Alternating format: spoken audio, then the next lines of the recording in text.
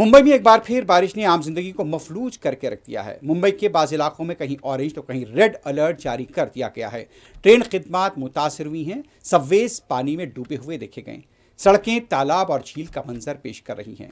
आज सुबह के औकात में दफातर और स्कूल जाने वाले तलबा को काफ़ी मुश्किलात का सामना करना पड़ा। मैरिन ड्राइव पर ऊंची लहरें देखी गई हैं। दादर, सांता क्रूज, कोलाबा, अंधेरी और दूसरे इलाकों में 102 से 110 मिलीमीटर तक बारिश रिकॉर्ड की गई है। मुंबई के कई इलाकों में देखा गया कि सुबह के औकात में जब लोग दफ्तर जाने के निकले तो सड़कों पर पानी जमा पाया।